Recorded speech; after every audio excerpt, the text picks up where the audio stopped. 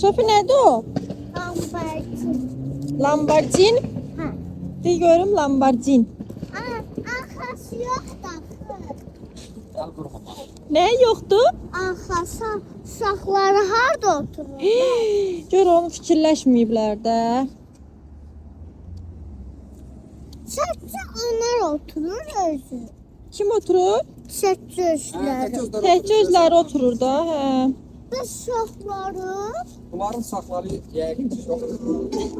bacı. Bəyəndin maşını? Bəyənmədin, niyə? Balacadır. Arkası yoxdur. Arxası yox deyə bəyənmədin. Uşaqlar minə bilməz. Yox.